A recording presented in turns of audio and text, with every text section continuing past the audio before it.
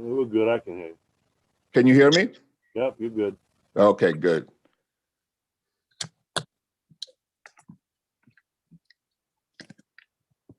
All right. Happy Wednesday to you guys.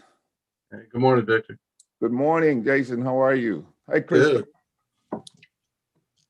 How you doing, Victor? Doing great, man. How are you? Pretty good. I'm going to be just in the background here today. I'm at my office, and it's a bit of a shit show. Okay. All right. We're good to know you here, my friend. How's everybody doing? Looks like we're going to have some nice little participation today. So today we're going to be doing something a little bit special. We're going to be doing some comping. And, in so doing, hopefully, if you guys have any properties or anything that you want to comp, bring them up. We'll see what we can find on your values and stuff. It's going to be a little bit different than we normally do, because maybe in the second half, if we can get to some role play or whatever, we will. But we're going to focus primarily on getting doing some comping and stuff. So without further ado, let me go ahead and share my screen and kind of get this party started for us. Can you guys see my screen, rules of comping mastery? Can you see that? Yep. Okay, great. So the first rule about comping is going to be know your market. So if you're working in a market that's, let's say, a little bit rural, there's going to be a little bit different rules to that than if you're working in some place that's more, urban or, city-wide, where you're going to be able to get property comps that are so similar because they're in tracks. So you need to know exactly how it is that comps are arrived at in your particular market. Don't overextend yourself as far as your markets go. Become an expert in 1 to 3 markets. You'll find that you'll be able to be a lot tighter in terms of how you're going to be able to pare down those values and be able to get exactly what it is that you're looking for as far as the comps go. You'll find that if you go to rural markets, it's a lot more difficult. You may actually have to do a comp countywide as opposed to, within a couple of blocks or whatever. The other way to know your market, obviously, is to talk to other wholesalers, fix and flippers, real estate agents. I have an asterisk by real estate agents for a reason, because real estate agents are notoriously bad at comping properties. The reason why you want to know real estate agents, especially in the areas where they're non-disclosure states. In other words, it's not public information in terms of what it's sold for, et cetera, et cetera. They will know what it's sold for. That's really about the extent of what you can get, is just get information about what the property sold for. Let's see, we got a couple of chats already. Here am I? Okay, cool. Now, let's see. The old 60% rule does not apply in every market, right? Some markets, such as California, will allow as much as 85% ARV. Why? Because our property prices are much higher. And in so being, there's a lot more room to consume the cost of the rehab. So if you're talking about $1 million property, if you're talking about $1 million property, you can buy it at 80% because you have a $200,000 window that you could operate in, right? So it changes the game a little bit. So don't be a slave to the 60% rule or whatever rule you're using, the 70% rule. Every market is different, and that's why it's important for you to know your market and for you not to try to be an expert in every market. Now, if it comes to micro flipping or co-wholesaling, you may not need to be an expert there. You may just need to find a buyer and know what his criteria is, and then you negotiate with the co-wholesaler or whatever. Changes the game a little bit. Keep your area formulas handy or memorized, okay? So that you know exactly what it is that you're looking for in a particular area, so you don't have to kind of figure it out every single time. The bottom line to this is that buyers determine price. Nothing else matters. All right. So, you know, all of this stuff where, you know, you want to come up in your mind, you're thinking, oh, you know, I could sell it for this, I could sell it for that. The bottom line is you can only go with what buyers are paying in any particular market. So, you know, always keep that in mind. Let me, I'm gonna stop sharing the screen. I have another slide I want you guys to see. So today, what we're going to do is we're going to look at comping, and we're going to use a couple of free services, and then we're going to also take a look at PropStream. So if anybody has a particular property that they want me to look at, why don't you go ahead and just put it in the chat, and I'll actually look at a property that you guys you know, want to have comped out. So if you have one, go ahead and put it in the chat. I stuck one in there. You stuck one in there? Perfect. All right, let me see what we're doing here. I did too. I want a JV with you on it. Look at these hustlers, man. All right, let me get to my other slide, you guys. Let me find it. Okay, and so also, you know, I wanted to touch on this a little bit before I actually got to the comping. If you're a wholesaler, if this is your business model and you're a wholesaler, you're really interested in cash buyers only. So when you do your comping, think in terms of cash buyers only. Obviously, there are other kind of buyers. You know, there might be a buy and hold investor. Buy and hold investor, he might make his decision based on the income, right? Which is distinct from, you know, him just going out there and paying cash for the property. So keep that in mind when you're doing your comps. Portfolio lenders, they will sometimes pay more for a property than the regular fix and flipper will pay. You know, fix and flippers are obviously in the mix. Multifamily investors, you know, don't bother them with other properties. Don't bring them stuff that they're not interested in. And comping multifamily properties is similar to comping single family homes, only as much as that you want to look at exactly similar properties, but there's other factors involved in multifamily. We won't go into that here today. There's obviously the retail buyer who's buying it to live in. That's a whole different buyer. And then there's either, you know, subgroups such as, you know, military buyers who may buy a property and then end up having to rent it when they go, you know, on assignment or something like that. So, you know a little bit about who it is that you're ultimately going to be selling your property to. If you're a wholesaler, though, for the most part, you're looking to look at the cash buyer. What is a cash buyer going to pay for this property? And that needs to be at the top of mind whenever you're doing your comping. All right, so let's take a look now at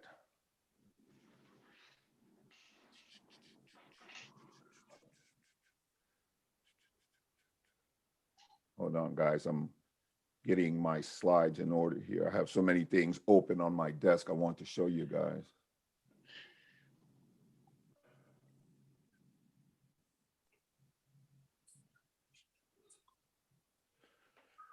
Okay, so let's can you guys see appraisal rules? Yep. Okay, so for appraisal rules, these are some things that are really important. If you guys want to take a screenshot of this, I think it's going to help you in terms of doing your own appraisals. The more of these things that you can actually adhere to, the tighter you'll be able to get on your pricing. So let's start here. Plus or minus 200 square feet of your subject property. So you have a subject property, it's 2,300 square feet. Your tightest and best comp is going to be 200 square feet more or less from here. So you're at 2,000 square feet, you want to look at 1,800 to 2,200. That's going to give you your ideal comp. There's some plus or minuses. You're going to take off 10K. If the comp you're looking at has a pool and yours doesn't, take off 10K. If the comp does not have a pool and yours does, add 10K, right? As you can tell, pools do not bring the value of the cost, right? So you could spend $40,000 or $50,000 on a pool. They might have the nicest pool in the world. It doesn't matter. It doesn't matter. $10,000 is the rule. That's all you want to play with. Okay. 5 or 6K up or down for bedrooms. If you can't find a 4-bedroom and all you can find is 5K adjustment accordingly will still put you in the ballpark of what you're looking for. Plus or minus 10K for a garage. And this mostly applies to properties under 250K, right? If you have a garage, then, and your comp does not add 10K. If you don't have a garage and the comp does, reduce it by 10K, all right? For carports, it's 5K. When you're looking at lot sizes need to be within 2,500 square feet. This is really difficult to adhere to when you start getting into like rural areas and, you know, out in the countryside and stuff like that. This one is really tough, and it makes comping a lot harder. But you know, you have to try to get there as best you can if you're going to have your numbers really super tight. Let's see, that's repeated carport. Some of this stuff is repeated because I tried to make these slides just before I got on. Here's some important things. Freeway backing. You have a house up against a freeway, right? You're wondering, how is that going to affect the price? If that house is backed by a freeway, you can just drop 20,000 right off the top. It's that serious because it's so undesirable by buyers, including fix and flippers, including, you know, people who want to move into the property. It's that serious. So it needs to also be within 5 years of construction. So if it was built in 2000, you want to try to comp between 1995 and 2005. That's going to be your window. It needs to be someplace in there if it's going to be a really tight comp. Needs to be the same property type. A lot of times you'll find, like in some subdivisions, you'll have 1-story buildings and you'll have 2-story buildings. You can't do the two, right? You have to just keep looking until you find a 1-story building. Otherwise, you're not going to be able to get a real tight understanding of what that property is really worth. You can try to make some adjustments accordingly, but it's still really a different type of property. Traffic backing or siding your property. Let's say it's on a main road, either in the front or on the side. If the comp is not on the main road, you drop yours 10K. If your comp is on the main road and yours is not, you can actually increase yours by 10K. Okay, roads are a big deal. You know, high traffic areas, you know, families don't want to live in places where their kids can run out and run into traffic and whatnot, and it reflects in the value of that property. A lot of these things tend to have even more impact when the property is under 250K. Over 500K, you're looking at a little different buyer, and they are intolerant of certain things.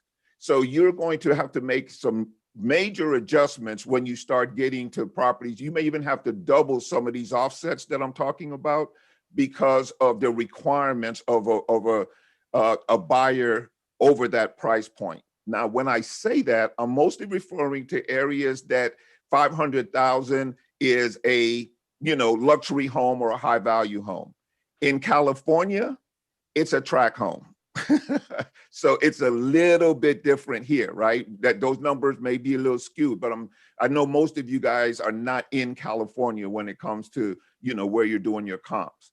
And when it comes to the 500K and over houses, this could affect you as much as 20% of the value, which is significant.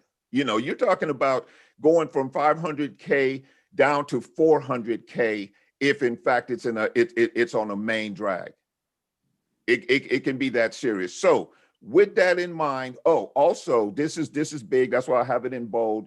When you're looking at the property and you're looking at your comps and you map it out, if it crosses a major highway, it's probably not a good comp, because usually across major highways, everything changes. Neighborhoods completely change when it comes to crossing a major highway.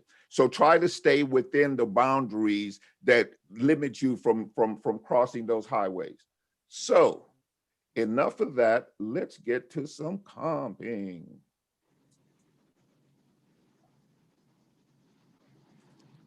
Is anybody in the waiting room? No, we're good. All right, you guys. So now I'm going to share my screen. Let me grab the property that we want to comp. This one is in Memphis, Tennessee, one of my favorite places in the world as far as values. Just so you guys know, one of the reason I like Memphis as much as I do is because there's a dynamic in real estate where if the property price relative to the rents you get is, let's say the property price is $100,000, but you get rents of $1,200. That's a buy all day long, right? That's what Memphis looks like. Great place if you can find a property, but it's heavily trafficked with investors right now. So I'm going to share my screen. We're going to start the first one. We're going to look at this Memphis property on the free services with Zillow starting first.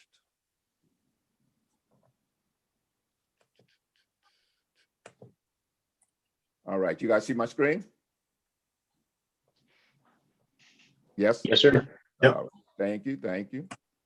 All right, let's knock this one down. We're going to put it in Zillow.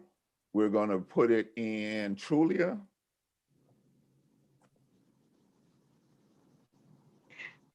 We're going to put it in Redfin.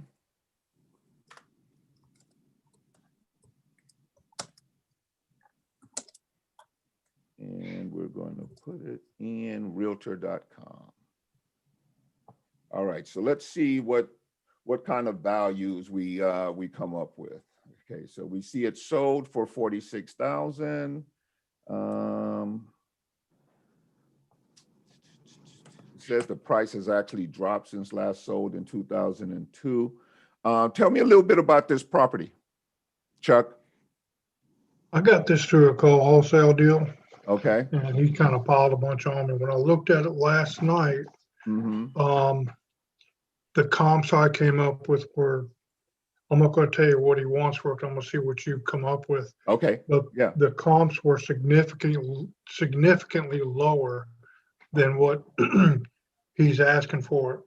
And Got this it. is one of the things that you run into is this guy's from out of town and he may not Know his market. know the market. I think it's occupied. Yeah, this one's occupied. Okay. The rent is, I'd have to go back and look, but it seemed like the rent was pretty in line with what he was asking for it, but the comps came in low. So I just figured I'd see what you come up with. Okay. All right. So this is Trulia. Let's see what they're saying. Is it a 3-bedroom, 1-bath, like it says? Is that square footage correct? Yeah, that's correct. That's what I've got. I'm trying to remember. This may be just come off of the MLS. One of the houses that he sent me came off the MLS about 2 weeks ago. So this may still be as an MLS property. Okay, so this is probably the least information I've ever seen on Zillow as far as this is concerned. That's that's quite a bit because that's actually got a picture of it. Yeah. I do have a picture that he sent that somebody took for him. Actually, a couple you have of any them. interior shots? No interior shots because there's somebody in it. So There's somebody in there? yeah, sometimes that's tough to get. Yeah. Okay. All right. So from what I can tell, let's take a quick look. Okay. we're gonna try to see if we can map this. This is a little difficult because typically what we can do on this one is we can map it out. So let's see if we can do any mapping whatsoever on this. And see if we can find anything.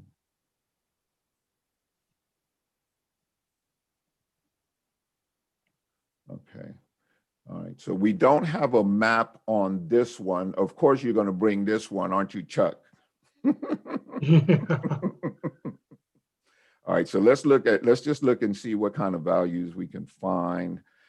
It's off market. Let's go. We had more information over here. And sometimes this is what you have to do to find out. So we know it is a 3-bedroom, 1-bath. It's 1,080 square feet. Let's see, do we have a year built or anything? No. Okay, so this is one of the ones that would be really, really difficult for you to get a price. So when the first place I always start, obviously, is I go to similar homes, right? So here's some similar homes in that area that look like they're, also 3-bedroom, 3 baths. Or 3-bedroom, 1 bath. Let's take a look at it and see what kind of. All right, this one looks like it's got some slight improvements. Take a look at some pictures. Would you guys say this is a rehab? Yes. Probably, Yes. right? The Yes. house you're looking at's been rehabbed, yeah. Yeah, you can even, on the picture, you can even see where they stored paint and everything for where they did the rehab. So this is where we aim to get this property to in order to get the pricing that you actually want. So this will actually give us a sense of what we can expect in an after repair value, depending on the location. So right now we're looking at 65.5. That's probably top of market as far as I can see in terms of what you can probably look to get for this property after its rehab. Let's take a look at another one.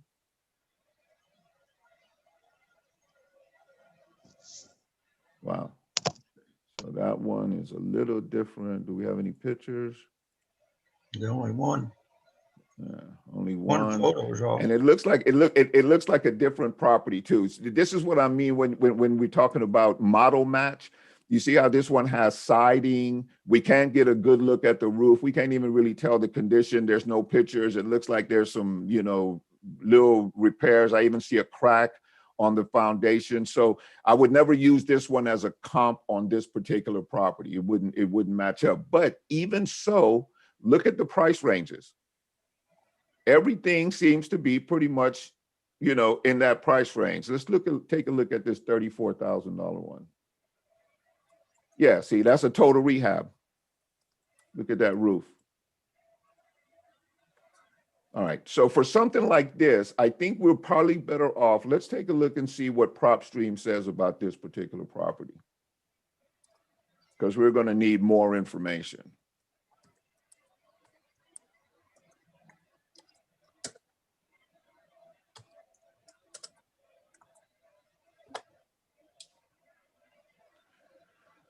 All right. You guys see the PropStream on the screen? Yes. Okay. All right. So PropStream has this property valued at about $44,000. At some point, it was vacant. They have it listed as vacant land. I'm kind of in one way, I'm glad you brought this particular property because I'm going to have something to say about that. Okay, so here's what PropStream says. It shows a value of about $44,000. All right, last year was worth $31,000, and right now it's estimating a mortgage balance of about $36,000, which means you got about $7,700 in equity on this property right here. Let's take a look and see if we find any comparable listings. Okay, so we got a couple of comps, and some of them are within pretty. All right, so we got another one right here on Utah. Unfortunately, we have no pictures, and it's sold for $9,000. I'm guessing that's probably really tore up. Let's see, 40,000, 28,000, 12,000, 15,000. Wow, let's see what this $40,000 comp looks like. Wow, okay. Oh, that's a lot. Okay. So unfortunately, they're all the same pictures. We don't have any, and this is also a 3-bedroom, 2-bath, non-owner occupied, estimated value at 46,000. After repair, you're probably in an area where you definitely have to adhere to the 50% ARV in terms of your selling price before rehab costs and everything like that, even less. And I say even less because the rehab costs on properties tends to be fixed, right? Like if you're going to put in a bathroom, it doesn't matter if you're going to put it into a house that costs $250,000 as opposed to a house that costs $40,000. The cost of the bathroom is the same, right? So when you're looking at properties like this, sometimes it's just not even worth the cost of the rehab because you can't get the upside that you're looking for. So if I'm looking at this property right now, I'm using this right here as my comp. I'm reducing, remember our rule, we're reducing it by $5,000 for this bathroom. So I'm looking at 41,000 or so as my high-end value for that particular property that you shared with us. I'm probably, I'm not paying any more than probably $16,000 for this property unless it's rehabbed, and I know already that it's not because it looks like it's going to need a whole lot of work. So with that said, Chuck, what kind of value did you come up with for this property?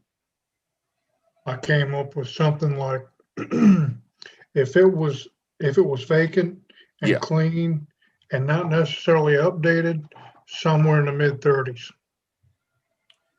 would be pretty decent for it. I kind of shot it low because the neighborhood is kind of mixed. If you go a couple blocks down, the houses are completely different. Okay. This is in the crummier section, but not knowing what kind of condition it's in right now, maybe upper 30s to be about it. Exactly. Yeah. That's exactly what I figured. Upper 30s would be about it. How much would you be willing to pay for the property, Chuck? I would have to go, let's see, 50% of that would be about 16 to 18, the max. But If you keep in don't have mind to, now, at these low point properties, you're talking about the same fixed costs as far as repairing. So 50% may actually be a little bit high in terms of, getting it to the value, which is only going to be around 40,000 at best, right? yeah, so if you do 70% of 40,000 is going to be 28. 28. Mm-hmm. If you got to put 10 into it, you're looking at 18, and then you minus out your closing costs. So you're probably looking at 12 to 16. Yep. On a good day. On a good day. On Yeah. a good day. Anybody have any input? Anybody disagree with what we saw right there? Anybody have any questions and about how we came to that conclusion? Hey, Victor, Yes, sir. question for you. So at the top, I put in the chat, what happens if you would take one of the comps that you came up with that's like completely rehabbed? Uh-huh. Once you click that and then you go to the comps and look at flip comps, see what other investors paid for before they flipped it. Yep, So we can do that. So right here we have no flip comps on this particular property. But if you were to get one the other one that you used as a completely like renovated comp, what happens if you would take one of those with pictures? One of these. Anyone that's completely renovated and see like, Yeah, we found one before. Let me grab it. Hold on, the thing gets in the way. Where was the one that we did that was completely rehabbed? Let's see what this one looks like. Nope, that's not the one.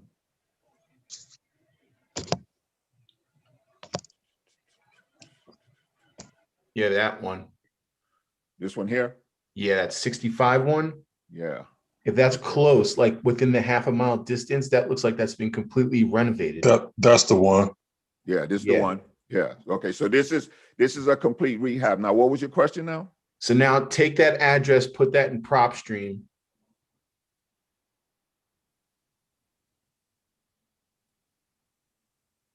I think I know where you're going with this, David. Sure. Yeah, I know exactly where he's going with it. He's looking to see what kind of flip comps and what other Yeah. They paid for investors it. paid for it. Yeah. So now close that one out completely. Yeah.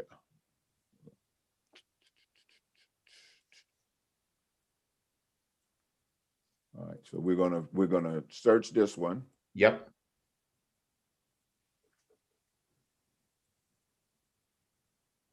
Nice. No data. Hold on.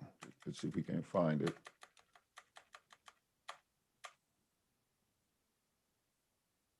Michigan Street, Memphis.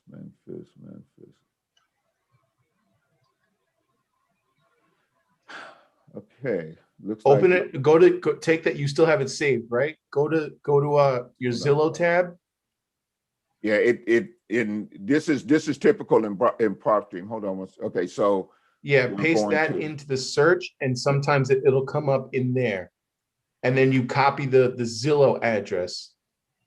Yeah.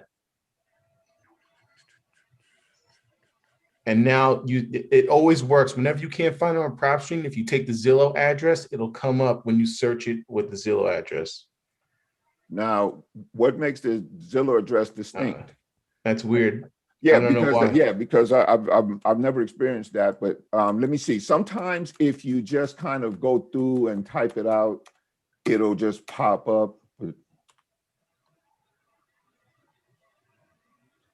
Indiana.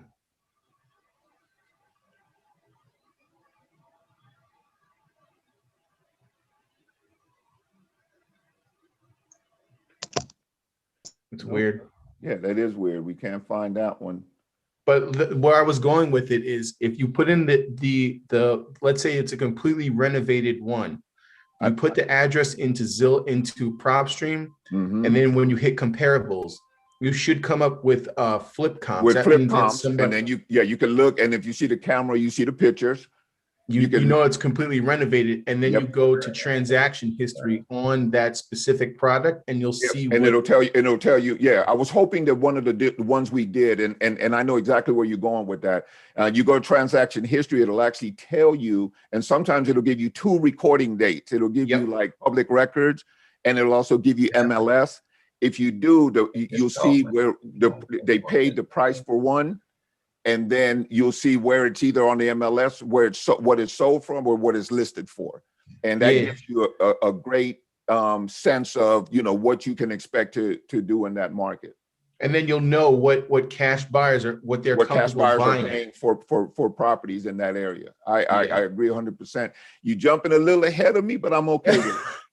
I'm okay with it. Sorry. Yeah, that's good though, man, because that's exactly where I was going. At some point, hopefully, we get to do one where we actually get to do that, because I really wanted to demonstrate how the power of prop stream, especially in terms of trying to determine what a market looks like.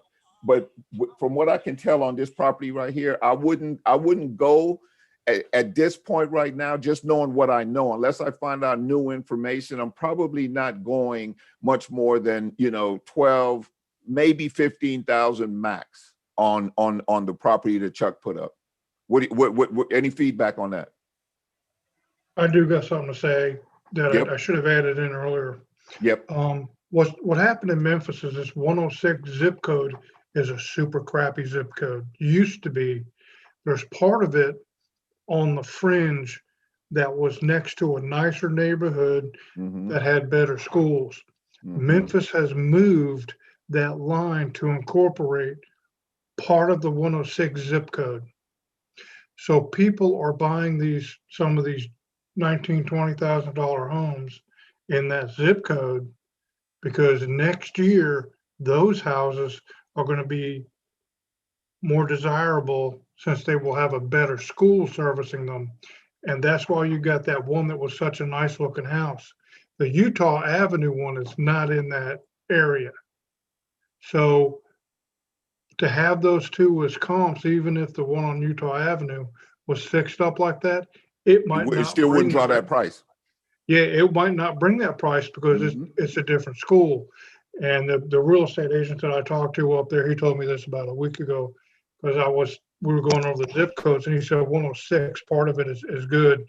Now, I haven't done the research to see which streets they are and where they are, but that's kind of like a good tip. If you know that, you can go into those streets and get into PropStream and do that little thing where you pull your border out with your little pencil thing Yeah, and take, you know what I'm talking about. I do can't know. explain I know the Yeah. draw tool where you can draw The your draw own tool. boundaries.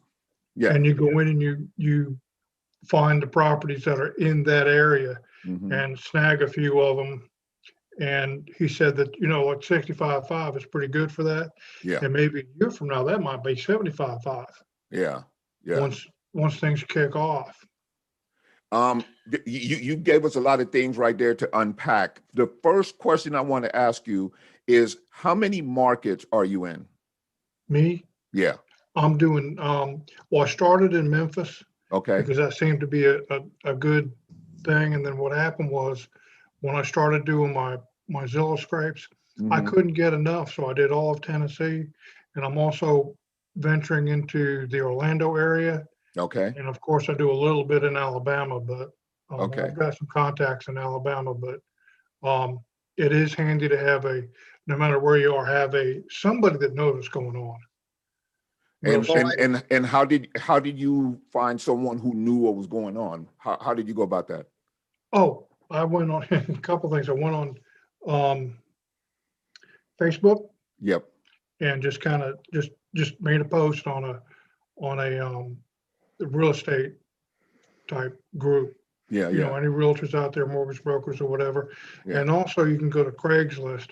If you go to Craigslist, that's probably one of the best places to find an investor-friendly real estate agent, because the ones that are just the mom and pop working for whatever the real estate agent is, Chapter 21 or whatever, they're not going to be as investor-friendly as some of them.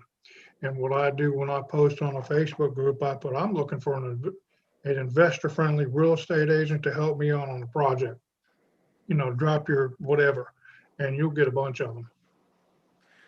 So, Chuck, man, you have you bringing the noise right now. So if you guys remember back to the first little slide that I was showing you guys, the very first thing I posted was know your market. And the reason I asked Chuck about what markets he's in, notice that he said he was in 2 or 3 markets. He's expanding to 3, but he knows 2 because of some of the details that he was giving me in terms of understanding boundaries, understanding that there was going to be some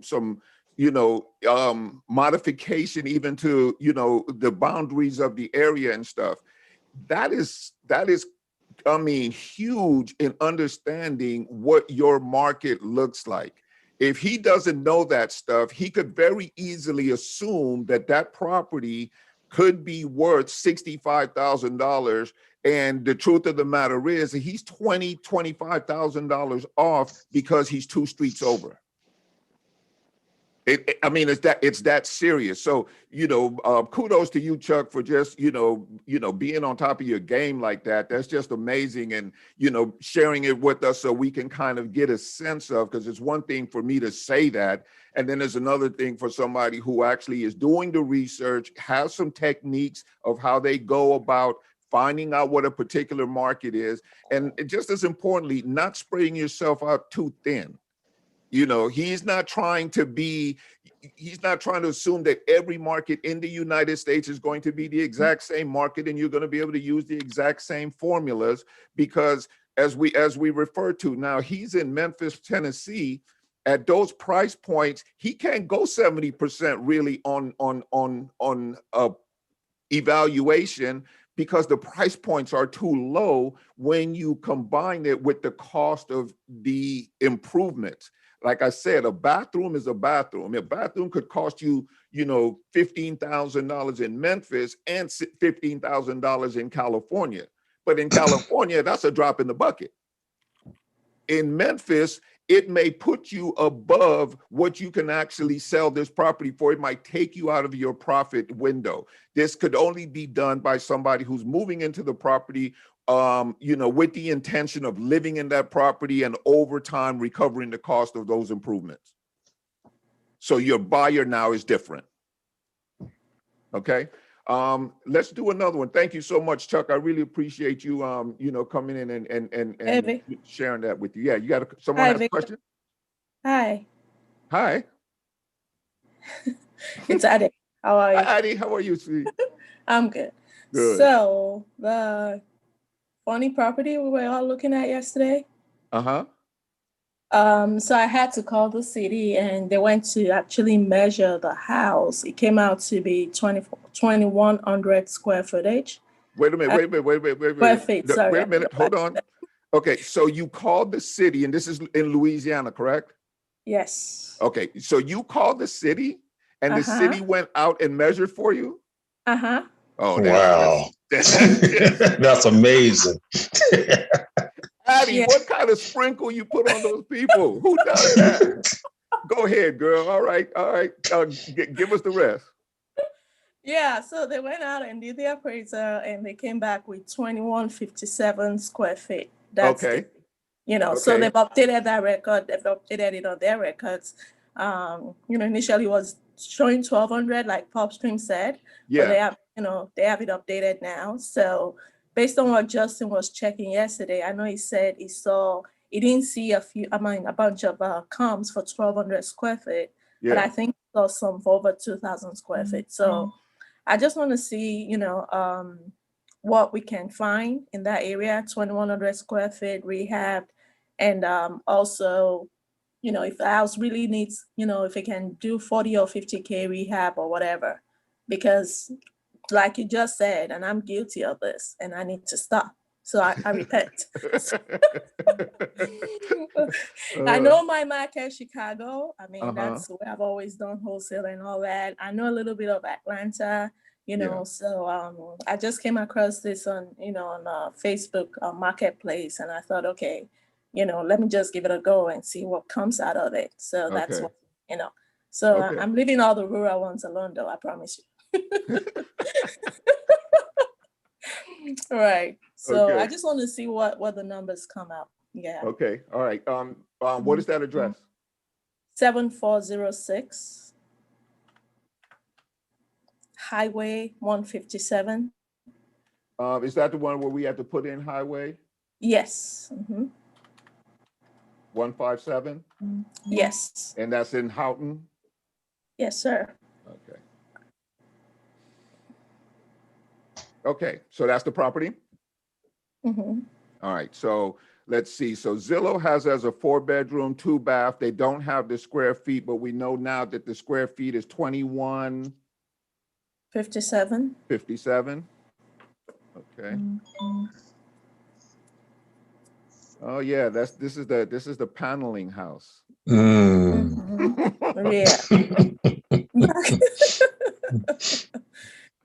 Oh yeah, they even have a little fence in the bathroom. I have no idea why would you do that, but okay. Okay, so that's the property you're looking at. All right, so you want to compare it in PropStream? Yes. All right. Looks like it's in good shape, though. Yeah, it's in good shape. It looks like it got solid bones. It's it's concrete, great for the area. Withstand the weather and everything. From what you know, the roof is in good shape as well. Yes. Okay. Well, that's what they said until, Of course. Right. They always say everything is in good shape. Oh, you guys, I have to tell you this story while I'm looking this up. So we're calling on this house, and one of my folks is calling on a house, and the lady says to us, the roof might need a little work, right? So we said, okay, that's fine. So we get some boots on the ground and we go and look at the property. The property has half the roof missing. Oh, that's goodness. her idea of the roof needs a little bit of work. It was friggin' hilarious. All right, so let's look at property details. Okay, so we look like, well, the good thing is it looks like there's some activity in the area. All right. Yeah. So that's always a good thing. I look at these numbers right here, see if there's pre-foreclosures, you know, whatever. Look at those. Cash buyers. Yep. We look at all of those things, just give you a little bit of a snapshot about what kind of activity is in those areas. Because you guys, we're in the business of turning property, right? Unless you happen to be a buy and hold investor, we're in this thing to turn property. So what's the easiest way to turn properties? Is to go where people are buying properties with cash over and over in particular environments, and the market is robust. So some of those details that you're looking at, they will tell you things. Okay, like here, you know, you notice that there's no flip comps. I always look at that, and for me, that's kind of a negative, right? If I look on PropStream and I see that there are no flip comps, that probably means that there's nobody in that area that's doing rehabs, right? Rehabbers are my market. Those are who I'm selling it to, unless I'm looking to do a hotel deal. And what I mean by hotel, if you guys don't know, is where I'm just purchasing it and I'm putting it back out. You know, even though it's for sale by owner, I'm looking for a retail buyer. Well, that makes it difficult when there's work to do on the property and I'm not there. So as a hotel deal, it makes it really, really challenging to try to, you know, figure that out. So right now, here's what we learned from looking at it on PropStream. It looks like it's free and clear. I think Addie, you confirmed that, right? Right.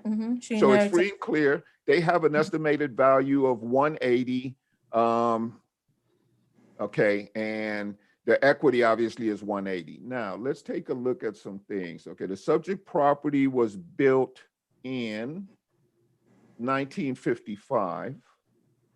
And it is 2,157 square feet. So let's go in here and let's look at some, let's go to 2,200 on that side and let's go 1,800 on this side. Okay, these are, let's look at both. And we're actually going to try to see if we can get this a little bit tighter. If you guys go out about a year, especially in a market that's active like our markets are right now, you're probably not even going to be close to the values that you're looking for. So you definitely want to try to start at 6 months and move out from there if you need to. All right. So we're right here. We're about 6 months. Nope. 224.20. We're going to go to 724.20. Let's see. Oh, okay, good. We still got the some public records, and we're looking at value 235, 238. We're going to take a look at some pictures and see what this 238 looks like. Ah, look at that.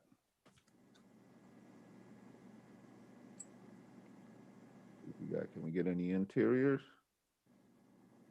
It's a nice, clean little house. God, I'm gonna buy that for myself. Do you know what I'm saying? I'm like, we got a swimming pool. So our subject property does not. So remember, our adjustment is $10,000 if we don't have a swimming pool. Hey. So if someone is trying to, like, you know, bring up the appreciation and they're like, okay, they're gonna buy it and put a swimming pool, because some people do that too. They're like, okay. Yeah, well, my point though is, as far as when we're trying to get a bottom line value, we have to make the adjustment. Now, this is an above ground pool. I don't even know if we need to make a huge adjustment. It doesn't look like it's a really deep in ground or whatever. I would probably make an adjustment just because it is a pool. I'd probably look at more like a $5,000 adjustment. Look at the year built, man. The year built is 2014. It's Let me see. Okay, where we at? Where we at? Yeah, we at 214. Good look. Good call, you guys. Okay, so that's what's called a hopper pool. Part of it's in ground, part of it's above ground. They do that when the water table comes up. Let's see. And you can't do an in ground. And tighten up our year built a little bit. I'm almost certain we're not going to find anything. Where's our year built? Year built. Bottom left. and we're at 1955. So let's go 1950 to 1960. Let's see if we find anything. Nothing. Okay. Nothing. Mm. Let's go. Let's see if we can go up maybe to 1970. Nothing.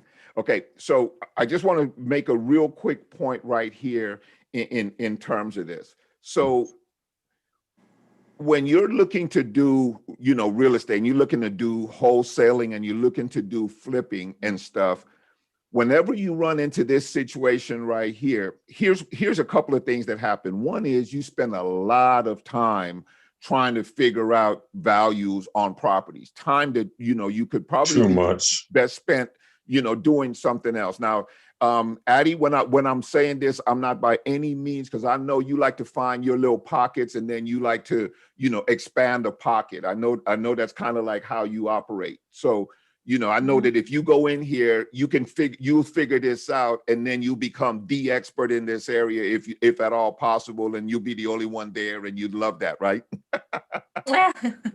Sure. But just in terms of your business, though, if you're looking at building a business, you're looking to turn properties quickly, you're looking to have the largest amount of buyers that you can possibly have. Some of the stuff that we're uncovering right here is the stuff that will tell you whether or not you're in areas that are going to be opportunities for you to move your business along quickly. And, you can just look at some of these numbers right here. These numbers right here on PropStream, and this is one of the reasons why I love it so much, is that you can literally look on here and you can find out. Now, this one is deceiving. Cash buyers. 27. Why? Well, here's the deal, though, because cash buyers tend to be they could be even family transfers sometimes. Like it doesn't mean that somebody went out and paid cash for a property and they're in the area doing a bunch of cash transactions, right? Right. So that's probably, of all of these, this information you're getting right here, for me, that's one of the least reliable. With all those zeros, no pre-foreclosures or nothing. Yeah. I wish So PropStream had what something like that for like buy and hold buyers or landlords or something, Exactly. So exactly. That's exactly right. So now when you look at this is kind of now informing you what your exit strategy needs to be. Right? Just like Addie was just saying, this is a buy and hold buyer, right? This is somebody who wants to live in this community. This is a whole different marketing, a way of marketing, because you're looking for a complete different buyer. Let's go out a mile on this and see if we find anything more. Nope, we're a mile out. We're within 20 years of the year built. Let's see, just to play. No, we're not going 20. We're going 2. Hey, Victor. Yeah. Yes. I think you can find buy and holds with PropStream, the people that are buying and holding. Do you have the zip code for this property? Yeah. Yeah. Go into the regular map. The regular map? Yeah, and just put that zip code in, and then on the quick list, I think you can click and it'll push landlords, and you'll see what they bought it at. Okay, so I'm putting the zip code in here? Yeah, just erase everything else. But the zip code? Yeah. And then put LA for click that. Then go to filter at the top. And now quick choices. I think they updated it. Yeah, they did. Now look for landlords. There's one of them I know. Tired landlords you could check for. And then you want to put in ownership. You want to go to ownership info to the left. Go down. Down. Keep going down. Ownership. Right there. And then put years of ownership. Just do 1 to 5 and see what the people have been doing. Or 0 to 5, try. And you can also click on number of properties owned. Yeah, I like that. That link property, I like that. Yeah, you got nothing over there. So even for buy and hold, it looks like it's tough. Yeah. Let's see. Okay, Number of that's good properties will go information. 1 to what, Rick, 5? Yep. Or you know what? Go to that quick my search at the top where it said tired all the way to the right. Go to years of ownership and X that out. Leave that X'd out. Scroll down a little bit. Yeah, click that out. There you go. You got some people. Click that out and you can see who bought it. So those are some landlords that bought property, and you can see what they bought it out and when they bought it if you were to click one of them. Wow. What was your filter on that again? You're gonna What's the go filter? to you want to put your zip code in. It'll bring up the entire zip code now. And once you do that, under filter, you're gonna hit tired landlords. Once you hit tired landlords, it's PropStream is I found it's very difficult sometimes. If you were to see how at first we put 1 to 5 years and nothing came up. Yeah. And then Rick suggested put 1 or more properties. Once we took out the years of ownership, a whole bunch of them came up now. So now with the unique properties that you have to find the one that's closest to where your subject property is. And you know that, hey, this is at least one cash buy, one landlord that looks to buy and hold, and you see what they paid for it. And then maybe you even skip trace that guy and say, hey, listen, guy or girl, and say, hey, listen, I got one property that's under contract over here. I don't know if you're interested in it. Okay. And you can do that on a lot of filters. As long as you put in like some sort of number of properties owned, it's going to pull up just all sorts of different people that have multiple properties. And you can really fish it that way too. Well, since it's a tired landlord, would that come into effect since it's tired landlords that are trying to get rid of a properties? Well, no, they're just saying that this is a landlord that doesn't live there, that has a property, and they've owned it for a specific amount of time. Okay. So just so you know, Addie, when they say tired landlords, they don't actually know that the landlord, is tired of the property or doesn't want it anymore. But he does meet particular criteria where he doesn't live in the property, has owned it for a particular period of time, and may be somebody who you can connect with in order to find out if it might be that time for them in order to sell it and move on or whatever. Oh, okay, gotcha. Yeah. Yeah, they don't really they didn't interview the guy and said, look, are you tired? Yeah, it really, so those are the criteria. And I want to thank you guys for I don't even know who it was, because I can't see the whole screen. I don't even know who was giving all that information. Who was that? It was Rick and Dave. Huh? Yeah. Rick and Dave. Dave, okay, all right. Yeah. I know Rick, my man. Thank you for being here, Rick. I invited him because he is my resident expert on PropStream. That dude knows how to make PropStream do flips, and evidently Dave does too. So I really appreciate you guys coming in. But I do want to try to go back, because a lot of people don't have PropStream, and a lot of people are trying to just get some comps, on a free or cheap level. So I have another property address in the chat. Let me take a look at that, and we're going to see if we can go back to some of the free stuff and find another value. Let's see. Quick question. Sure. For the adjustment. Hey, Alan, how you doing, buddy? All right, man. How you doing? Good. For adjusting in the lot size, how do you adjust if a house is built on a double lot or a triple lot? If the lot is separated, I mean, if you can see that there's 2 lots, if they have different plats, they'll be plotted separately. If not, you really can't use it, because it's not a model match, right? It's not a match, because it's now on three times the lot. So you have 3 times the options as far as what you can do with it. You can't compare one that's only on 1 lot, right?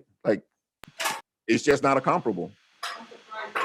So what you have to do is you have to find one that is on 1 lot that's similar in size. Cool, thanks. Yeah. All right, let's go back here, and we got another property address.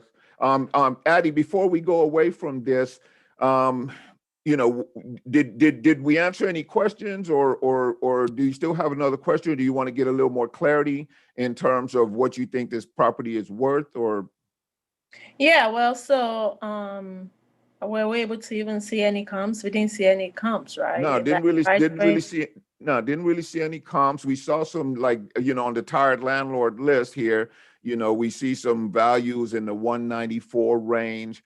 We would have to So, do research on those individually to see what, you know, what they really are. Let's click okay, do on you one see and see. what they're buying it for, the tire landlords? Do you Yeah, see, we'll take a look at it. or maybe the recent buys or something? Yes, listing, current list price category.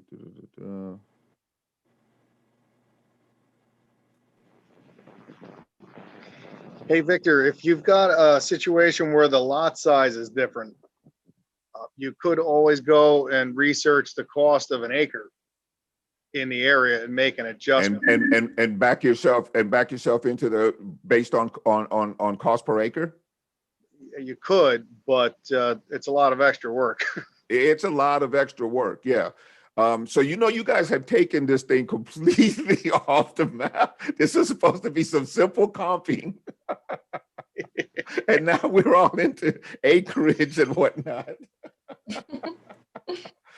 But we're gonna get it done. We might have to follow this up again with some more, just kind of to, you know, kind of make it easy for especially some of the newer people who are not as versed in some of the stuff. You know, we want to try to keep it as simple as we can, just to give you a ballpark of, you know, where you are as far as your property values and whether or not you should mess with it. And I think that that's really the bottom line about it is, you know, in this business, ideally, you want to have speed of transaction, right? You want to try to get these properties, and you want to try to get properties that you know you can turn as quickly as possible. When you're doing something like a hotel deal, you have no idea how long it's going to take for you to turn that property. Granted, right now we're in a market that's a seller's market, and there's a bunch of buyers out there able to afford a whole lot more because of interest rates and things like that nature. But at the same time, you really can't control that, right? You have no control of it. If you get a wholesale deal in a hot area where there's people doing fix and flips and rehabbing and buy and holding and doing all that, and you see that there's activity, there's flip comps, there's all kind of stuff, you know, you get that under contract, you might have that thing sold before the end of the day. That's what your business really needs to look like if you really want it to work, right? Like the more you can get under your belt and sell as quickly as possible, now you have a real business, especially if you want to call it a real wholesaling business, right? Everything else is something else. But if you want to wholesale, ideally, you want to be able to turn that property over within the next 10 days. You want to get it in writing. You want to make sure your analysis is strong. You want to make sure that you can send over to the potential buyers a nice little comp package. And you want to be able to determine, you know, what it's going to cost to rehab it. You want to put it in the marketplace. You want to get offers. You want it on to the next one, ideally, because you'll start getting bogged down in analysis of doing a lot of stuff that really the bottom line is it's wasting your money, because you could, or wasting your time, I should say, because you might be able to move, you know, 5 blocks over and be in a hot spot.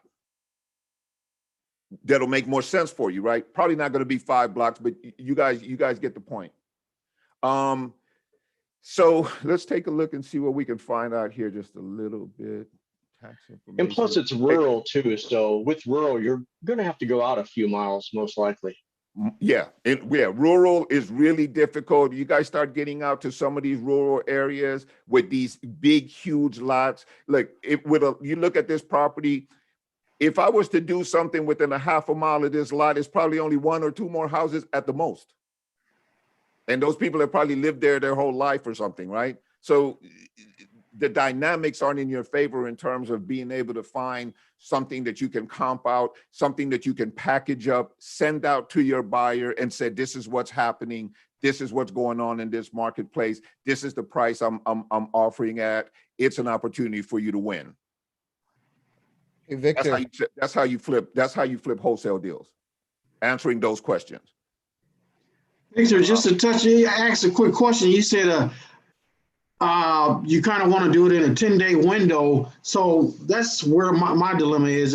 What if you don't do that? What if you don't get it done in a 10-day window? You just No. I mean, it's not like it's carved in stone, but ideally, if you were to look at your ideal scenario as a wholesaler, right? One of the things that we say to people when we write up contracts, right? And it floats around within the wholesaling environment is, we can close for all cash in 10 days. Right? And if you don't, though, I'm just saying you just cancel the contract. No, you buy yourself more time. I don't ever actually say 10 days. I go for the maximum amount of time possible. The 10 days for me is inspection period. Okay. Not sale period. You see what I'm saying? My contract might be 45 days, 60 days, 90 days, and then I'm going to make my inspection period as long as possible, because if I say turn it over to a cash buyer, right? 5 days down the road, now I'm in that 10-day inspection period. Now he only has 5 days. Or you could word it such that the inspection period actually starts when you find the cash buyer. Okay. So just the quicker the better, though. The quicker the better, right? Because now you're out the deal, you're paid, you're on to the next one, and you have money to work with. Right? That's ideally when you started in this business, that's the image you had, right? Right. So that's really what you're working on, is getting to that, right? Where I'm just churning. I'm turning and churning deals, right? I'm getting them under contract. I'm in environments where people are buying. I got cash buyers all over the place. There's flippers in this environment. There's all that going on. Look, I got a deal for you guys. Here you go. Give me $10,000, take over the contract. Boom, on to the next one. Ideal world. Yeah, for sure. All right, so back to Addie's numbers here. So Rick, help me out here, man. If you were looking at something like this, and Dave, you can jump in here too if you know something. Where am I looking at for history, or maybe find out? Here's some documents and reports. Let's see if we can find some sales price. It's not there for some reason. They must have bought it a while ago. Rick, you can correct me if I'm wrong, but it usually pops up. Okay, so it wasn't just me. Okay. No. Okay. I have another way that you might be able to find it that's free that everybody could try. Okay. You got the Rick, just tell me if I'm heading the right direction. Go to copy the address. Okay. Go to Zillow. We're already in that address. Okay, pull up that subject property again. I mean, that the one that you just copied, because that's a good comp.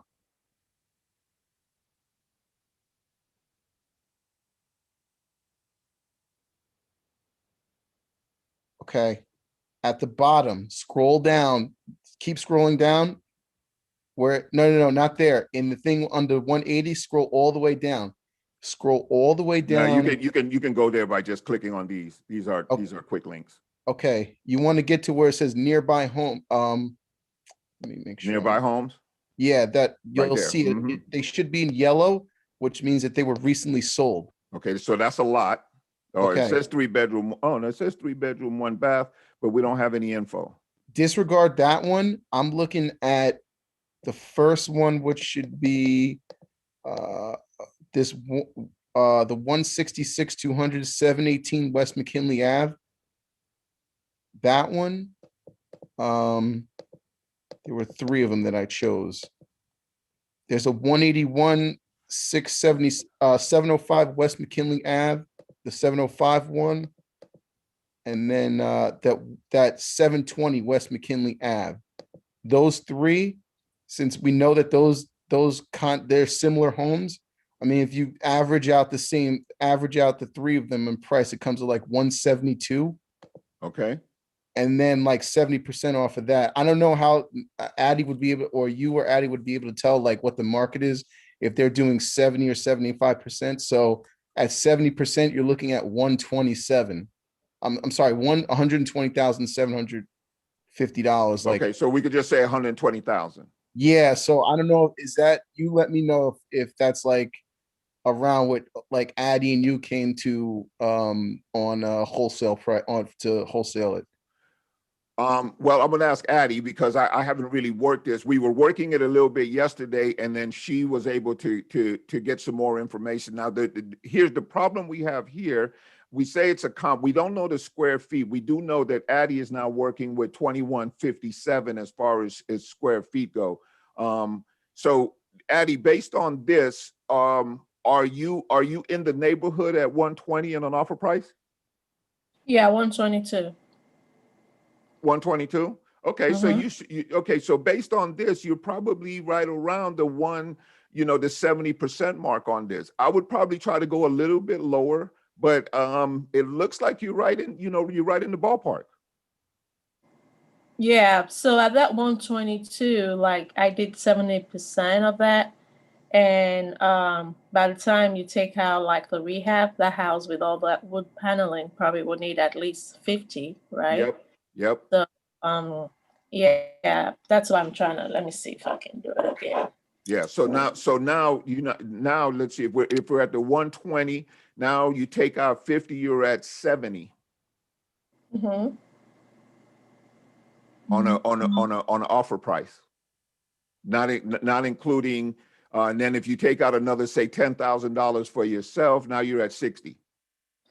So what's the ARV? Because the way I do the ARV is, whatever that is, multiplied by the 70%, multiplied by, Well, I was using the ARV of the 180 here, assuming that based on the condition of this property, which looks like it's in decent condition. It could probably, it's not bad, and it probably is about flip ready in that community, right? So this looks like a pretty decent flip for that community. So I'm looking at ARV being right around that price. Anybody disagree? Yeah. See, you got paint. This has just been done. This is pretty new. Or whenever they did this was a rehab. So you figure if you to get it to this condition, take off all that paneling, get it up to this point, this is what you're looking at on pricing. So I'm using that because that's all I know. Right. So that 122 offer will be too high for this. It'd be too high. If the ARV is yeah, it'll be too high with the work that needs to be done in that property. Right. That makes sense? Yeah, you need to go a lot deeper. You need to get that down a lot further if that's going to make sense for you by time the work is that you need to put into this property to get it up to the standard. Now, again, this is one of those kind of rural things. There's some variables. We don't know lot size. We don't know. And this is the problem that you run into when you start going rural, you start going a little more remote, you start running into, these type of size things, like Alan was just asking also about the lot size and things like that. It changes everything. And, there's ways to do it. Like we were talking about going into formulas that allow you to do a price per acre, price per square yard, whatever those variables are. It's just going to take an additional amount of homework. Now, does it make sense for you to do that? Well, for me, it always depends on what's the profit, right? I'm not doing it for 10,000, but I'm doing it for 60. Right. So in this scenario, definitely a flip will not work. It's probably going to go to like a buy and hold, landlord or kind of, that's kind of because the landlord may be interested in just renting it out in its present condition. I'm almost certain you could rent it like that, with a little bit of cleanup, a little, spit and polish. Then it becomes a rental, but it's definitely not, going to get you the top of the market. It's not a flip. Okay. All right. Okay. Cool. Thank you so much. Thank you, David. Thank you, Rick, for your input. Yeah, for sure. Thank you guys as well. Yeah. You guys are off the hook, man. I'm glad I'm on your team. Me too. All right, so this one is another one. Okay, why is it that you guys love you some Louisiana, huh? Okay, who put this in here? Who is Badu? That's me, Victor. It's Mark. I'm on a different computer today. Is it Mark Badu? No, that's his Tinder name. So. Oh, that's his Tinder name. You guys are okay. So we're trying to find out what kind of value we got here. Yeah. Okay. So 299. Here goes some pictures. Doesn't look bad. It's supposedly in perfect shape. Well, I mean, I guess perfect is, Yeah. To everybody's everybody's perfect own opinion. different, right? Oh yeah. Yeah. It's perfect for who? Okay, so it looks like they did do some rehab. This is the price that they're asking for right there, and you're trying to determine if that's a fair price, if that's if comp wise that's actually going to work. No, I got it for 260, or we've agreed on 260. You've agreed on 260. Yeah. Okay, and you're not looking to do any work on it, right? You're going to just put it in the market at that price. Absolutely. And you're looking to do what with it? You're looking to sell it to. Well, I don't know if you're going to be able to sell it to a fix and flipper. Doesn't want it because it's already got all the work done, right? Right. So you're looking to wholesale it. Yep. That'll probably be it. Okay, so one of the things that we can do, and I'm glad this one is a perfect example. We're getting ready to go up on the hour, but one of the things that I start with here is I go, and if just in case you guys didn't know, there's some good information here. This estimate is based on houses, and it's rooms and square feet is the primary criteria. They don't look at interior. They don't look at repairs. They don't look at a lot of the other stuff. They're just looking at square feet, year built, and some of the basic information. So the Zestimate is okay, but it doesn't have the same criteria. The other houses may or may not look just like this. But just so you guys know, this here is actually a quick launch toolbar. So you can go from here all the way down to where you want to. You don't have to scroll all the way through this. Now, I always start at similar homes. One of the things that is telling me when I see this symbol right here is that this is an MLS listing, right? That's an MLS. All right, so you're looking at properties 260, 299. Let's see what the 299 looks like compared to yours. Okay, you're looking at, this is one more bedroom. So you're looking at 2,500 square feet, a little bit bigger. Did they really put this in their house? That's how they do it down there. What the hell? Don't you put that outdoors? Anyway, so right. There's no leftovers around there, man. We're laughing at people's houses. Okay, so this house obviously needs to be upgraded. We're looking at some old appliances. The washing machine looks old. This whole little trellis thing around the top is not really in vogue. Nobody really wants that. We got green ceiling fans. You could probably just change the blades, but you probably want to change that out. You got fluorescent lighting, not a good thing, especially when it's exterior fluorescent lighting like that. So this really needs an upgrade, right? Yeah, everything looks like it's dated. 90-ish. Yeah, this is 90s at best. You got a carport but no garage. Okay, so let's take this one. I know for sure that you have access to PropStream. So let's put in PropStream and find out what we're working with. So this was one of the similar homes. So that's at 299. Let's go back to some more similar homes and see if we can find something that's rehabbed.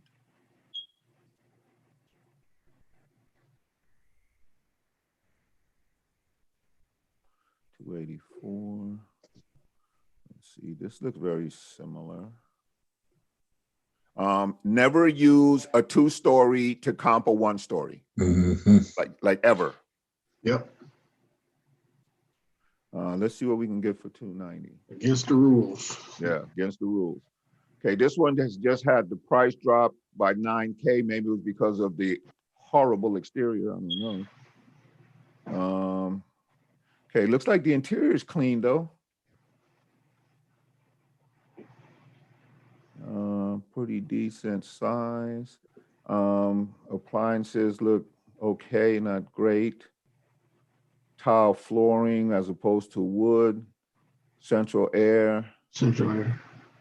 Yeah, we got a little patio, not much of anything, not a huge yard. 1,753 square feet. What was your yard on the other one? I don't remember. You don't remember? Okay, we can go back to it. All right, but that one right there is at 290, 3-bedroom, 2-bath, 1,734. Your house is probably at least this quality, right? Yeah. Yeah, right in this price range right there. All right, that's cool. Let's look at some more.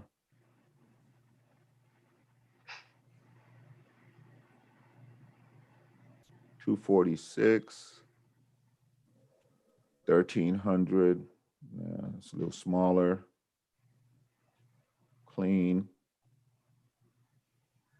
Hey, Victor, there's a bit of an exception to the 2-story versus 1-story, don't do it rule. Tell me about it.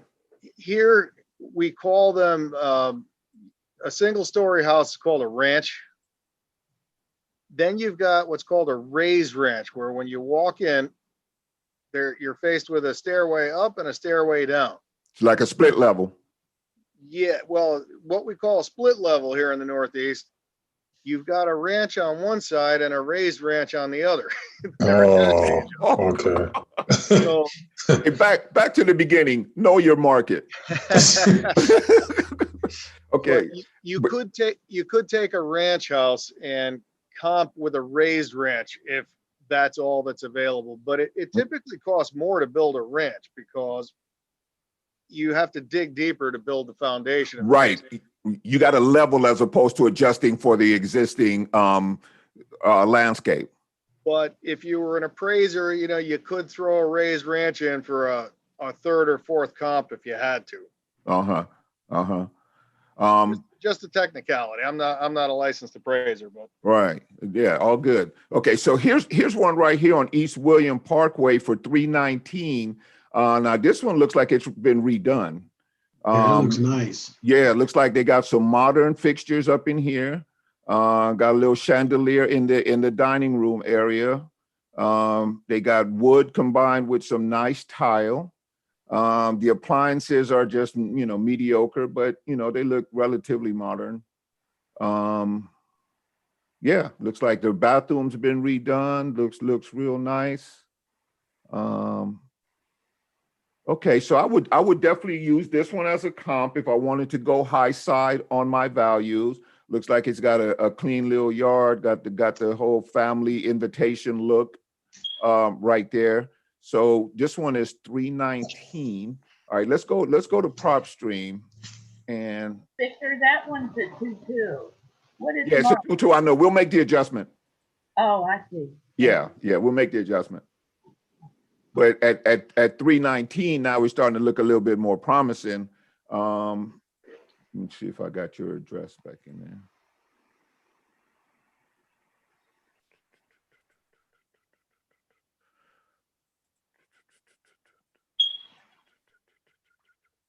Yours was Kawani, right? This is your this is yours. Okay, so oh wow, 2790 and a 3.3. Okay, let's do this. Let's map it. Okay, so here's another way, you guys. If you want to just map out a place, if you go to this part of the map, you can kind of click over it, and it'll tell you what properties you were looking at. This is the one for 260, 122. That's a 2-story, 3 units. Let's look at some other ones. What's our subject?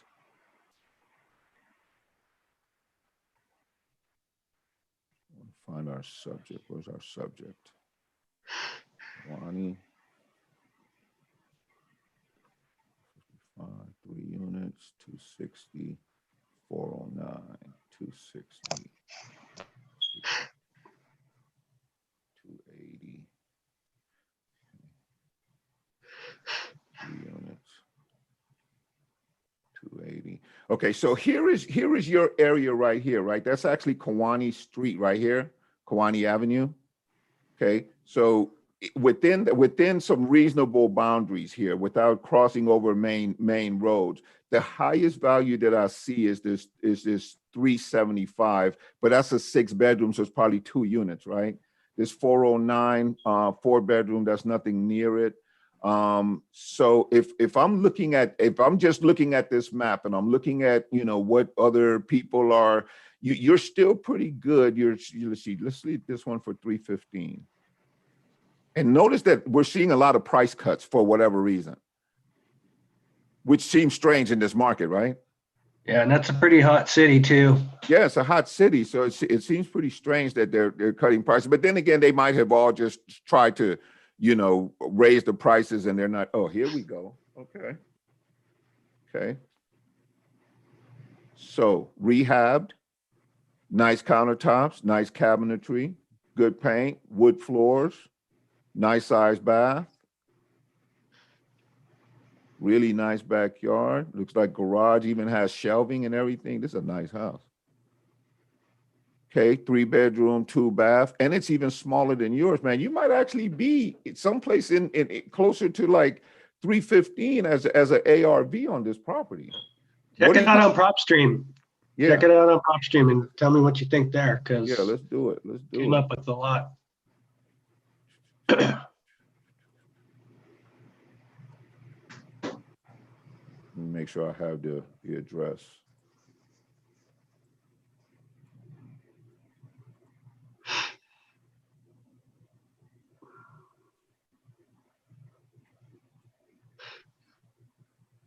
Copy.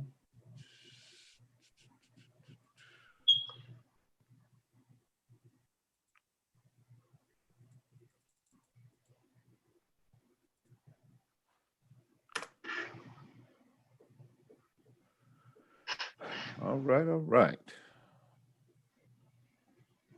All right, so PropStream has it at 246, up slightly from last year. It looks like it's owned outright. Let's look at comparables. Okay, so we got 9 comparables. We got them as high as 360. Let's look at our square feet. We're going to narrow this down a little bit to July 24th.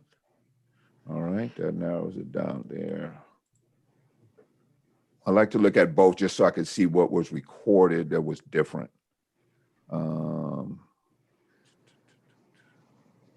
What's the square footage of the subject property again? I believe it's 2790. So it's almost 2,800 square feet. So it's huge. And we're gonna narrow this down a little bit. Let's go 2,600.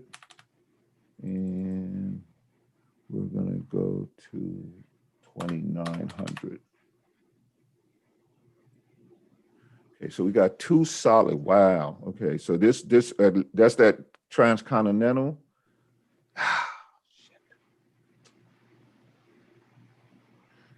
Not a great comp because of the property type.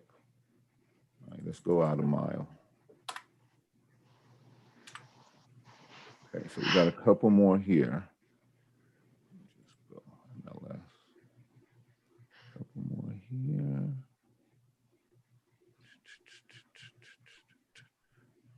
220.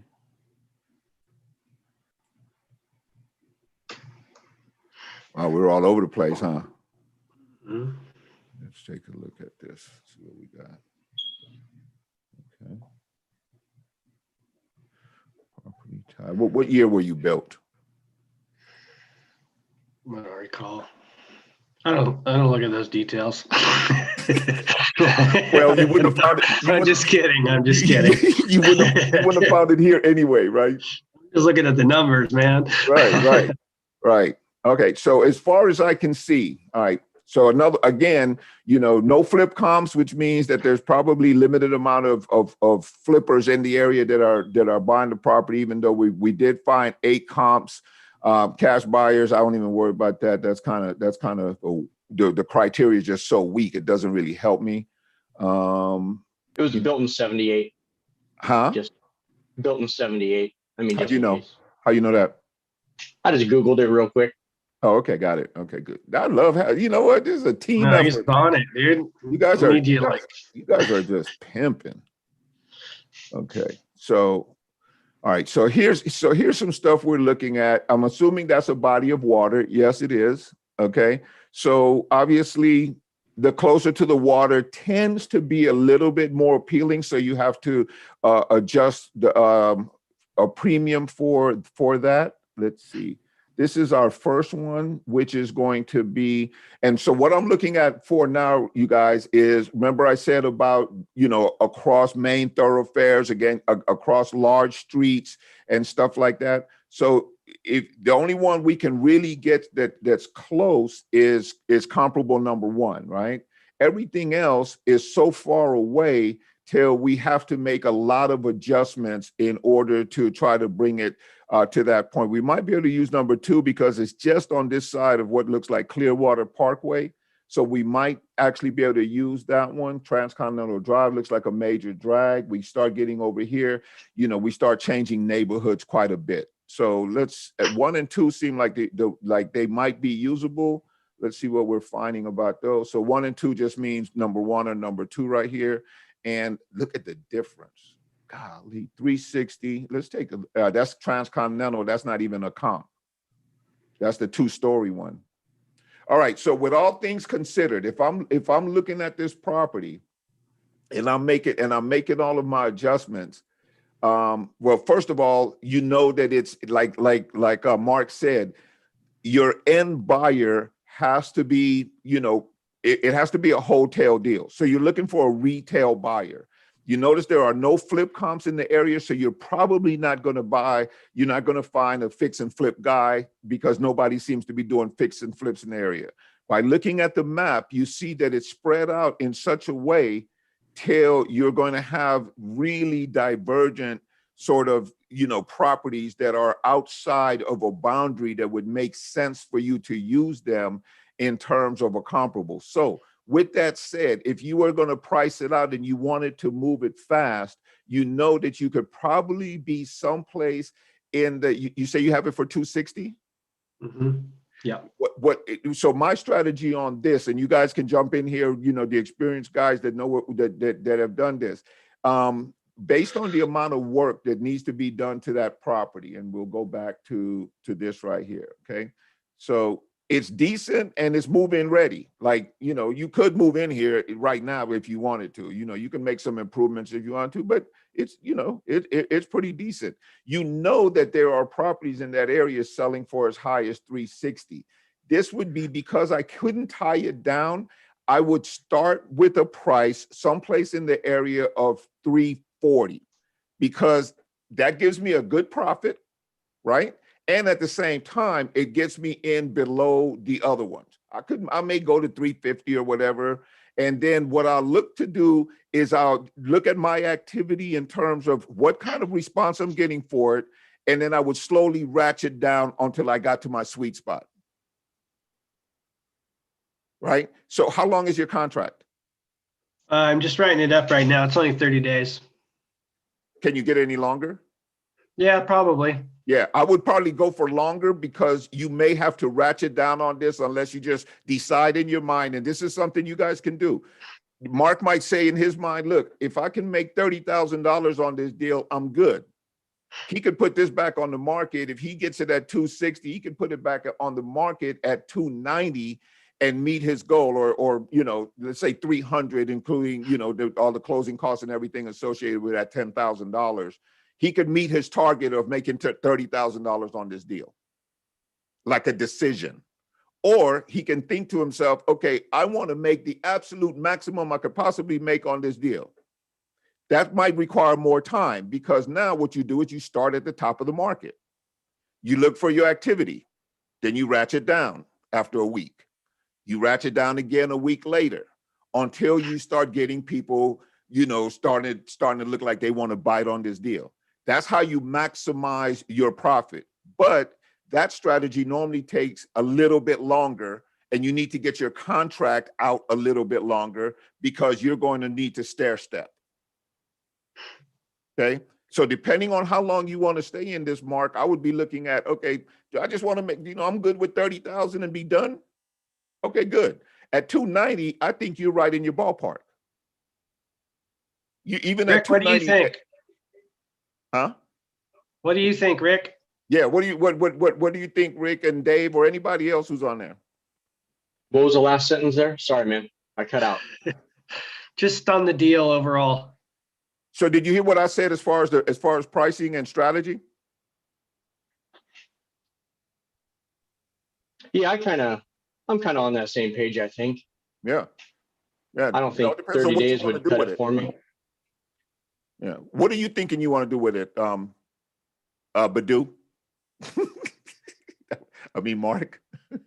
Oh yeah, I don't know. I mean, I'm fine with just making 10 on it. I don't care.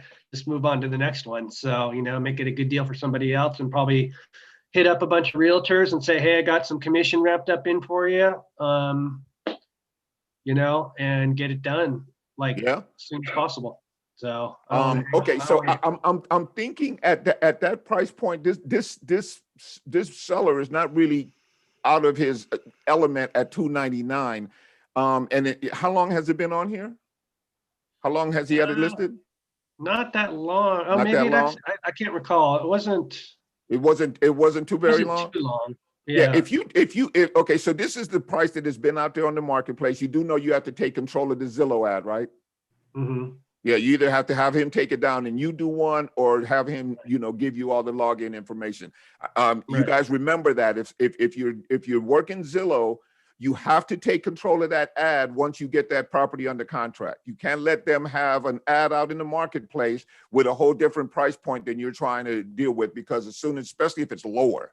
If it's higher, okay, cool. Then you can say, well, I'll give you a better deal than that. But if it's lower, it could undermine you, right? So you want to take control, if at all possible, of this ad. But in this case, he's at 299. If you dropped it right now to 289 and start filling,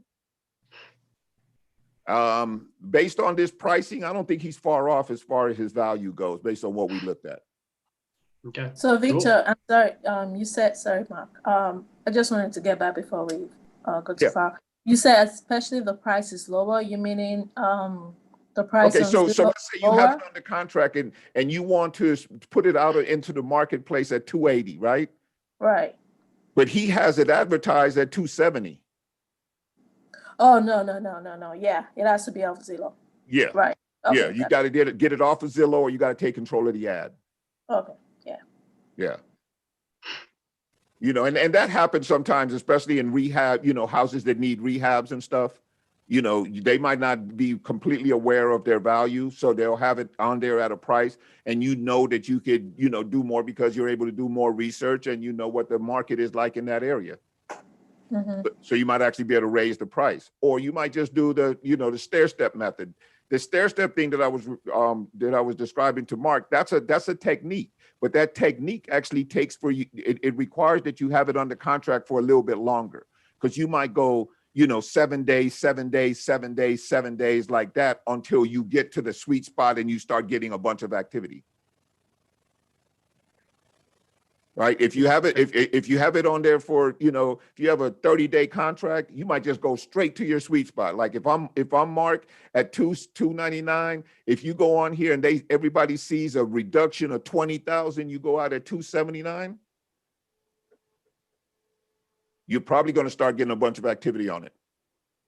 Hey, Mark, is that a wholesale or lease option? It's a hotel. Hotel? Yeah.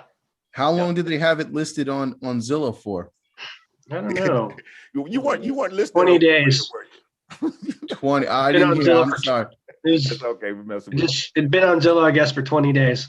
And did they say anything about like any traction? It's kind of a weird situation. The lady I'm dealing with, it's like her somebody else that, and the person who owns the house, she's like a young person. She inherited it or something. I can't remember exactly what the situation was, but this other person is helping her sell it. So she's like, just wants to be done with it. So, you know, and she said, I asked her why it hadn't sold yet, and she said she thought it was too big. That was the reason why they hadn't had any real. You know what? She might not be off with that either, because 2,800 square feet is a big old house. Because if you're looking at a wholesale deal, doesn't this look like something where you could increase the value of it by on a wholesale deal, saying like, listen, you can get another bedroom in there because all the comps that we were looking at were less. So it looks like you might be able to get another bedroom in there possibly. Yep. Yep. So you might have it at the right price. Like anybody that's looking to, you know, fix and flip it might throw in another bedroom, and they'll be able to do increase the value. Yeah. On comparables in that area for 4-bedroom houses. Yeah, that's the other way they're looking at it. Like, or if she was looking to be like, you know, but you have it under a wholesale deal, right? It's just a straight purchase and sales. It's a purchase and sale agreement at 260, right? Correct. And she's not interested in like getting monthly payments or anything? No, she didn't want to do that. No. Yeah, I think you got a good deal because you can get another bedroom in there if you get somebody that's you could sell it. You could sell it based on that premise, right? Yeah. Yeah. That makes sense. Okay, cool. That's another. Right on. Yeah, Let's man. go. Good stuff. You guys are ballers over here, man. I appreciate it. So hopefully, you know, we're way past our time, but hopefully you guys got a little bit of a sense. You know, I know we kind of ended up going sort of all over the place while we were looking at this stuff, but hopefully you got a sense of, you know, where to look and stuff. I really like Zillow because from here, you know, you can go look at similar houses. And again, you know, you look at similar houses, and just as importantly, I love the mapping on Zillow where you can look at stuff within the area. And then, you know, as you gain experience, you can talk about stuff like Dave talked about where, you know, you can sell it with the opportunity to add additional bedrooms or baths or whatever and increase the value based on other comparables in the area that are also, you know, 4 bedrooms or 5 bedrooms and, you know, 3 or 4 baths or whatever, which again changes the value in your favor. Anyway, with that, guys, I'm going to wrap it up. Hey, I want to thank all you guys for coming out today. Thank you all for your contribution and stuff. Dave, that was amazing, man. Rick, Victor, can I ask something? Yep. When you're saying do you tell them to take it off Zillow? Yes. And then you started as a brand new ad on Zillow? Either you tell them to take them off Zillow, and I have not, it's funny, but I haven't had any problem with somebody just letting me take over the ad. Like they'll just give me their login and I'll take over the ad. Oh, and they know, like in this case with Mark, they know that he's going to be selling it to someone else? Or they don't, yeah, you know, and you might want to have that conversation. I always do. So I'll have a conversation that says, look, you know, I may be changing some pricing and stuff to adjust for the people who already have on the books that are looking to purchase something like this. And I make my money on the spread. So you may see a little different price or whatever. Are you okay? As long as I give you everything that I said I was going to give you at the price that I said, are you okay with any profit that I might make? Usually they say, I don't care. Give me what I want, what we agreed on, and, you know, do it quickly. Oh, thank you. Thank you for seeing that conversation, Victor. I appreciate it. Yeah, absolutely. Yeah, that's the conversation I have every single time because I want to take control of that ad. I don't want them in that ad making changes without me knowing about it. Yeah, thank you. Yeah, for sure. And you want your number on that ad. Yep, you want to change that ad to read with all of your information. That's why you want control. You're gonna rewrite that ad. You're gonna, you know, put in the elements that, you know, for instance, if like Dave was talking about where he could possibly add another bathroom and stuff. That might be something he puts in the ad, you know, for somebody who is looking to maybe improve on the property or a fix and flipper or whatever, just to prompt them that that's a possibility, that's a possible option on that ad, right? And that way, and then your contact information for sure. That way you can go ahead, Victor. I'm sorry. I'm sorry, Chuck. Go ahead. I'm sorry. you can take the link and link your free ads on Facebook and all that to the Zillow ad and let it do some work for you by showing the house for you. Because a lot of people that put their house on Zillow, they just leave it there. They don't know they can go onto groups and within 5 minutes have it posted all over the internet. And then you'll get some activity. You'll even get some realtors action on it too. Very cool. It accrues us, yeah. Very cool. Thank you for that, Chuck. You the man. Speaking of realtors, real quick, Victor, if you were to use a realtor, you, as far as their commission, you add that into your wholesale price? Yeah. Yeah. You need to know what your bottom line price is, and then you add everything on top. Okay. You know, assuming that you don't pass, you know, obviously the maximum allowable price, right? But you fit everything in between. Okay. Yeah, for sure. Hey, Go ahead, Victor. David. I'm sorry. I don't know if Mark is still here, but I would just have him, if he can, just throw in, redo everything that he did, like based on his numbers, and look at, that was a 3-3 that he was looking at. Yep.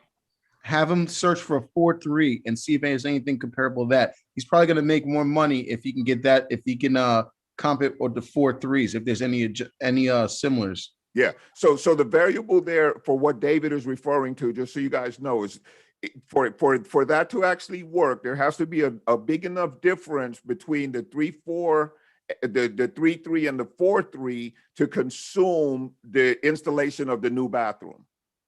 Right? Like if the new bathroom is going to cost $20,000, there has to be bigger than the $20,000 difference, has to be worthwhile. Right? So with that in mind, that it's a great strategy. The numbers just have to work as far as that's concerned. But once again, David, thank you so much, my friend. Really appreciate all your input. Anybody have anything else they want to add to this? Steve, I see you over there. I see that brain working.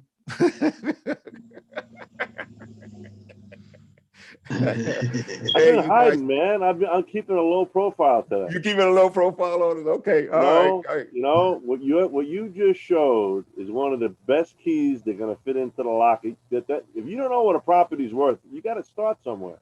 That's right. And once you know a real value, what the property is worth, then you take it to the next step. You look at all now you bring all the exit strategies in. Yeah. Look and see if there's current financing on it you can take advantage of. Look for lease options. Look and see what's really primary in that area. But you can't do squat, man, if you can't figure out what this property's worth. Victor, you did a great job. Thank you so much, Steve. I appreciate that, buddy. Yeah. Chuck, thanks a lot, man. You were amazing. Carl, all of your input. I just want to do a quick roll call. We're gonna wrap this up, but you guys are just great, man. And I think hopefully everybody got value out of this. Everybody was able to achieve something. Rick, thanks for showing up for me again, my friend. I always appreciate you. You know what, Mr. Horton? Yeah. What is your first name? Charles. Charles. Okay, because it says Chorton. Yeah, you said. I remember you saying that first. I didn't correct you on it, but yeah, Charles.